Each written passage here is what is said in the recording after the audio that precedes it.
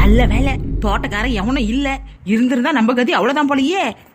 இன்னைக்கு இந்த தோட்டத்துல இருக்கிற பூரா மரத்துல இருக்கிற இளநீ காய பூராத்தையும் பறிச்சுட்டு போய் இந்த வெயில் காலத்துக்கு குழு குழுன்னு இளநீ வியாபாரத்தை பண்ணி பணத்தை குவிச்சு பண்ணும். என்னது இது? தென்னை மரம்னா நல்ல ஒசரமா பனை மரம் சைச்சுக்கு வளரணும்னு சொல்லுவாங்க. இது என்ன இப்படி பாதியிலே வளர்ந்து நிக்கு? கையை தூக்கினாலே போதும் போலயே, காய பறிச்சிடலாம் போலயே.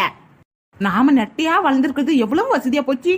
ஏணி போட்டு ஏற வேண்டிய அவசியமும் இல்ல, காய் அரிக்கிறதுக்கு எந்த குச்சியும் தேவையே இல்ல. நாம கையை தூக்கினாலே போதும் போல காய் ஈஸியா பறிச்சு போடலாம். லட்சுக்கே எவ்வளவு ஈஸியா இந்த காயை பறிச்சு போட்டோம். கஷ்டமா இருக்கும்னு நினைச்சேன், பரவாயில்லையே.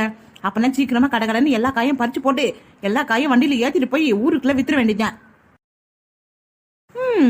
காயை பறிச்சு போட்டுவிட்டு எப்படி நான் கொண்டு போறது? கையில தூக்கிட்டு போக முடியும், கஷ்டமா இருக்குமேன்னு நினைச்சேன். நல்ல வேலை, வர்ற வயல எவனோ ஒருத்தன் வண்டியை நிப்பாட்டி போட்டுட்டு எங்கேயோ போயிருக்கான். அதனால மொத்த